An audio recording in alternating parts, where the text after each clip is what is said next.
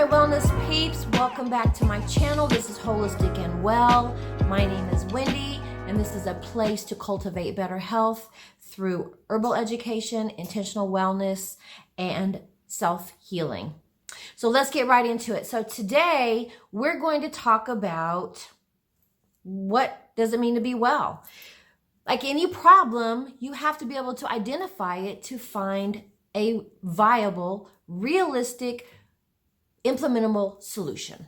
So let's get busy. So one of the resources that I have found that I really like talks about the 4 pillars of health. The 4 pillars of health. And that's really important because it really outlines each area of our life and gives us some structure like, okay, so now this, now what? And that's what we're going to do today. So I will put their link below, Commonwealth Herbs. I have learned a ton from them.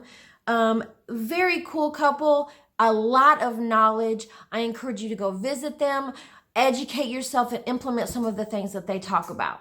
So the 4 pillars of wellness, what are they? So the first one is going to be sleep.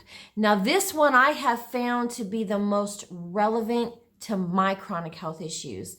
If you're not getting at least 6 to 8 hours of restorative sleep, what does restorative sleep mean? That means that you are waking up refreshed and energetic. That means that you're dreaming throughout the night. That means that you are able to allow your body and your mind to do a dump and work on those systems in our body that need to be repaired on a cellular level every single day. If you're not getting that rest, it might not impact you today, it might not impact you tomorrow, but I promise you it will impact you. And ask me how I know that. I really truly believe that a lot of my chronic illness and from the research that I've read really points to the fact of that restorative sleep and it being a lack of it is what really is that catalyst to chronic illness. Number 2 pillar is consistent movement.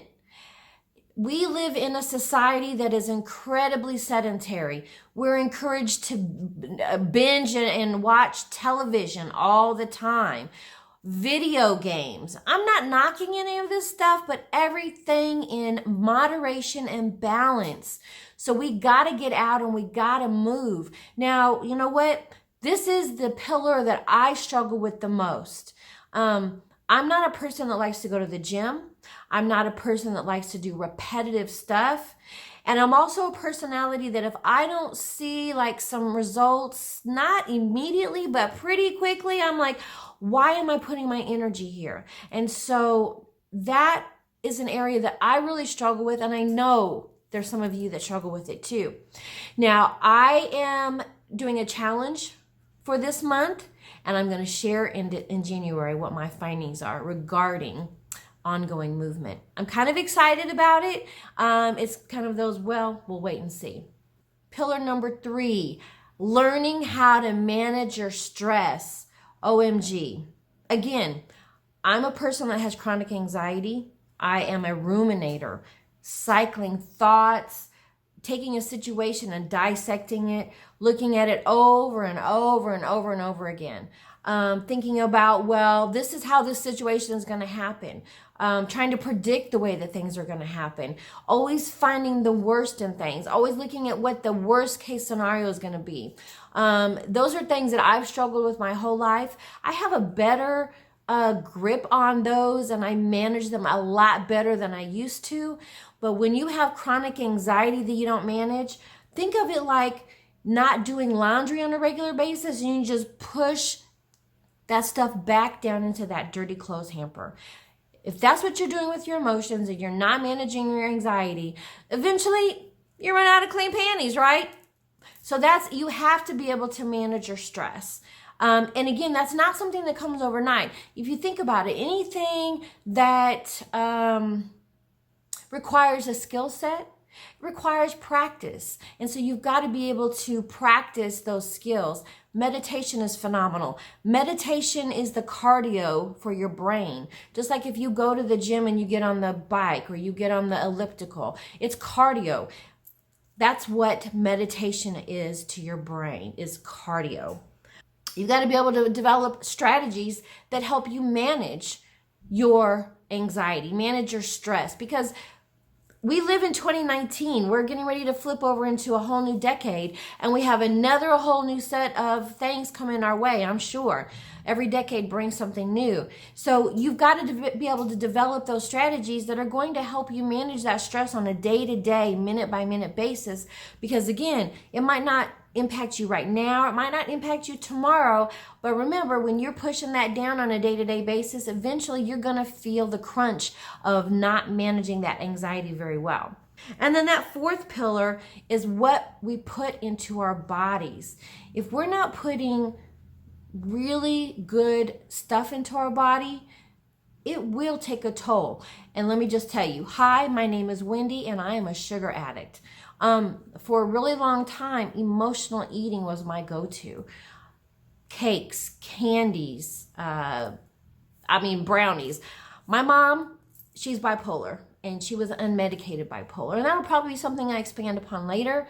But it was nothing for there to be a big pan of brownies. And there was times that we ate the whole pan in one night. So sugar has always been my nemesis. And because of that, and not having moderation, again, I have developed chronic stuff. I am borderline type 2 diabetic. I'm not fully there, but it's something I have to manage on a regular basis. Otherwise, it could go there really fast. So you should be eating raw fruits and veggies. You should be eating whole grains. Last year, I did one of the restrictive diets. I'm not going to say what it is because I don't want to have to worry about folks coming in and bugging me about it. But basically, I took all the carbs out of my diet, good and bad carbs. And I went sugar-free for a little while. What was positive about it is I did drop 40 pounds. And let me tell you, that's the fastest I have ever lost weight. I was literally losing a couple pounds a week. And the only thing I was changing was my diet. But with everything that you do to extreme, eventually you can't keep up with that. We need good carbs. We need good complex carbohydrates. Our body needs those. And when you take those out, there's going to be some kind of ramification later on that, again, might not today, might not tomorrow, but again, you will feel that. And so after probably, it was about 6 months, I think, maybe, give or take, I decided to incorporate good carbs back into my diet. And upon doing that, slowly, I've gained 15 pounds back. Is it the end of the world? Absolutely not. That's what I'm working on right now, is to try to get those 15 pounds back off of me, and also build on some muscle tone and some strength, because that's what really is empowering when you have ongoing chronic illness, is that you keep your body as healthy as possible. And with fibromyalgia, the old adage of use it or lose it is very true. I have noticed that there's been some limitations to some muscular movements, pain in arms, extreme pain in my arms. And I thought like maybe for a minute my rotator cuff was out of place. But basically when, we sit like this all day at the computer, and so when you have that one muscle stance for a good part of the day, when you're not having healthy ongoing movement to keep those muscles healthy and lean and working, then they begin to mesh together. They begin to just become this mass. And so right now it's even more important that the physical challenge that I've put to myself too for this month, that I see it through, because if I don't, I'm going to probably at the end of my 50s be this ball of sedentary, pain. I manage my pain really well for the most part, but I don't want it to get to the point of where my movement is restricted. I have a good 3 or 4 decades left to cause hell, and that's what I plan on doing. So, what you put in your body also includes water. Water. We got to get the hydration in, and it's super important. Sometimes I notice when I might have a slight headache, I have to think to myself, have I had my water for the day? And a lot of us don't. I know when I drink the amount of water I'm supposed to, I pee a lot. And sometimes that's inconvenient to the rest of my day. But part of the reason that happens is because I'm so up and down with my water intake that when I put the amount of water into my body that it needs, it immediately flushes out. So you have to really get your body acclimated on a regular basis to receiving at least 80 ounces of water a day. So that's about it, but I have a challenge for you. So I want you to take each one of those areas we talked about, each one of those pillars. So we have restorative sleep, we have movement, we have stress management, and we have our food, our source of energy that we put into our body. And I want you to rate yourself as of today. Get a notebook and start journaling and tracking what you're learning, what you're experiencing, what you're noticing, because you might need to come back to that stuff later. I have a notebook that I weigh in every Monday. I have a notebook that I take my blood sugar, a fasting blood sugar, so that I know I have a better idea of what's working and what's not working. You know, I ate this and this is what my blood sugar is. You know, I did this and this is what happened. So get a notebook, rate yourself on those 4 pillars, 1 being terrible and 5 being the best it could possibly be. And you're going to get a good idea by those ratings where you need to work on things. And that's going to be your starting place. Comment below what your rate was.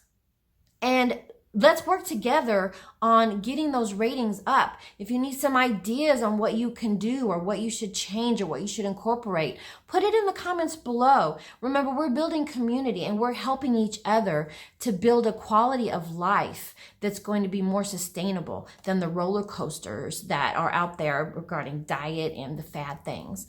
It's not about fad. It's about ongoing health and wellness. So that's it for this time. I so appreciate you joining me. If you liked the video and you like this information, please hit the thumbs up. Also, if you want to keep on this journey and you are enjoying the videos, please hit that subscribe button. Check me out on the other platforms at Holistic and Well. And in the meantime, take care of yourself. And until next time, deuces.